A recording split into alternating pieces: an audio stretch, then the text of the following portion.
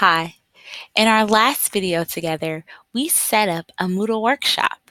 A Moodle workshop is a tool that allows students to complete peer reviews by uploading submissions of written work and then assessing a peer's work using a rubric created by the instructor. In this lesson, we'll finish off the last few steps of setting up a peer review in Moodle. So where we left off is we already have a workshop set up. Here's our prompt for students. We're asking them to write a 4-page reflective essay. And here's also the rubric on the content or course page that tells them what we're looking for. When I click on the actual workshop, I see that I'm currently in the setup phase. There are 5 phases: the setup phase, the submission phase, where students actually submit their work, the assessment phase, where students review their peers' work, the grading phase, where grades are calculated, and then when the workshop is closed or completed. In the setup phase, I have 2 check marks next to set the workshop and provide instructions for submission. We did both of those steps in the previous video, so if you haven't seen that video, you can go back and watch to find out how to set up your workshop. The next steps are edit the assessment form and switch to the next phase. The assessment form is where we'll actually enter the criteria from our rubric that we want students to use for grading. So in the description, you'll write the name of the criteria,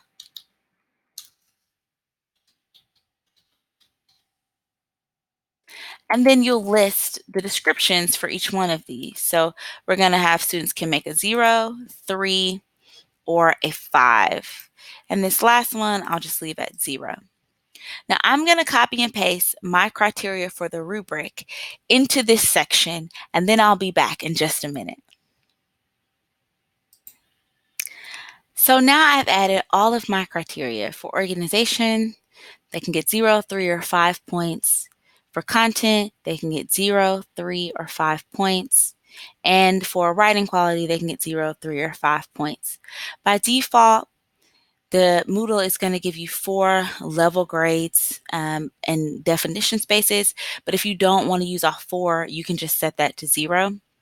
If you need to add additional criteria, you can just keep adding more criteria at the bottom. To my knowledge, there's not a limit for the amount of criteria you can use. Under rubric configuration, you can select a list or a grid. If you select a list, we can select save and preview and see what that looks like.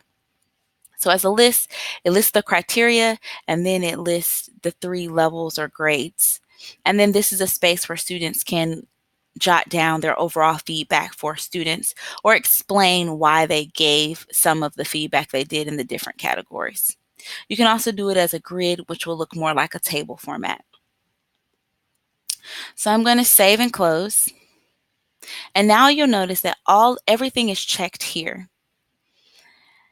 One thing that I did before this video, so I want to point it out, is before you switch to the assessment phase, you want to make sure that you've set up your scheduled allocations. Now, I've already done that, but I'm going to click on it to show you what that would look like.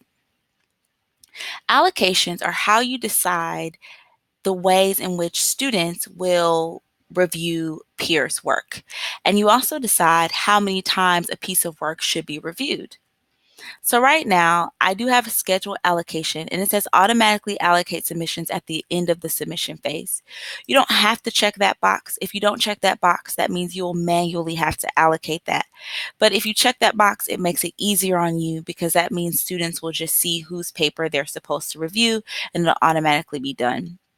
I can also look at the current status, which that there's no current, it's not in the submission phase, so there can't be in the allocations phase. And I can also look at the allocation settings. This is where I can decide how many reviews each submission should have. I can say I only want a submission to have 1 review, or I can say I actually want each submission to have 3 reviews. Totally up to you depending on what you're wanting to do. In general, I haven't experienced this, but I've read that best practice is to try to keep it the number of views in odd numbers just to make sure that there's no confusion with some of the allocation settings. But I mean, I think you could try it out and find out. And this last one decides whether participants can access the review stage or the assessment stage, even if they haven't submitted any work. So if a student is getting a 0 under the submission phase because they haven't submitted any work, do you still want them to be able to review a student's work, or do you only want students to review work who have submitted work for review? You could decide that here, and you could also add self-assessments. You can also do a manual allocation.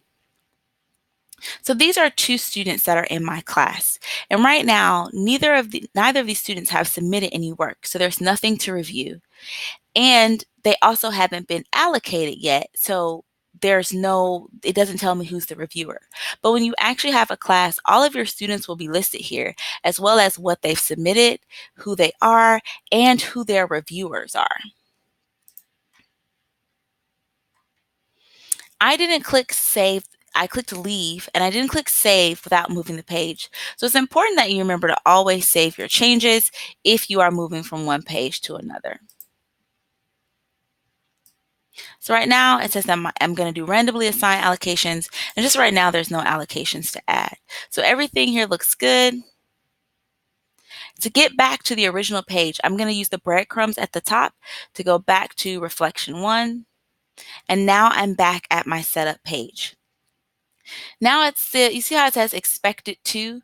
That's because once there are students enrolled in the class, it'll tell you how many students are expected to complete the activity based on how many enrolled students you have. It'll tell you how many have actually been submitted once you're in the submission phase, and how many need to be allocated. When you're ready, you can decide to switch to the next phase or switch to the submission phase. You'll get a note that says you're about to switch and that students can submit their work during this phase. So now students can actually submit their work. If I had not clicked switch to the next phase, the submission phase would have automatically been opened on this date. So it would have automatically opened once we got to our date and time. So now this is open, and I'm going to switch to a student view so you can see what a student will see when they're logged on.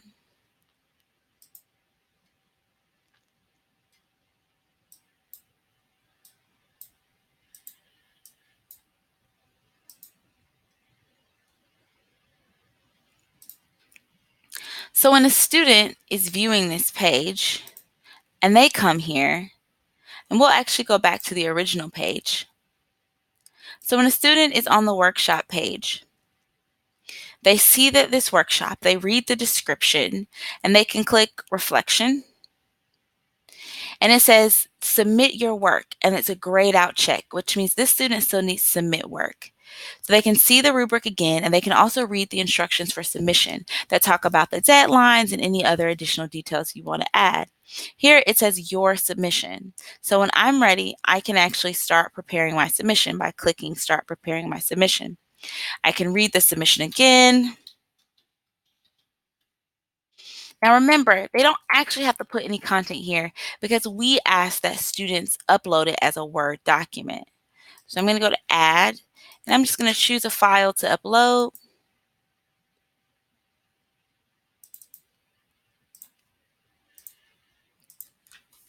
So I'm uploading my response in a Word document. Remember, in the previous video, we made the settings so that only Word documents would be accepted as submissions. So if I tried to upload a PDF or any other file format, I wouldn't actually be able to upload the file. And now there's my attachment, and I can click Save Changes. So now when I scroll down to the bottom, it shows me my submission. Now, as long as the submission window is still open, students can edit their submission. They're not able to see other students' submission, and their submission is not been allocated for review by a peer. So as long as they upload it during the submission window, they could edit their submission or delete their submission. And now I'm back on the submission phase page for the instructor. And if I scroll down to the bottom, I can see a submissions report to see who in the class has made a submission and who hasn't. And I also made a submission, and now I can see my submission on the page. Hope this video was helpful, and I hope you got a lot of great ideas about how you can use the workshop tool in your class.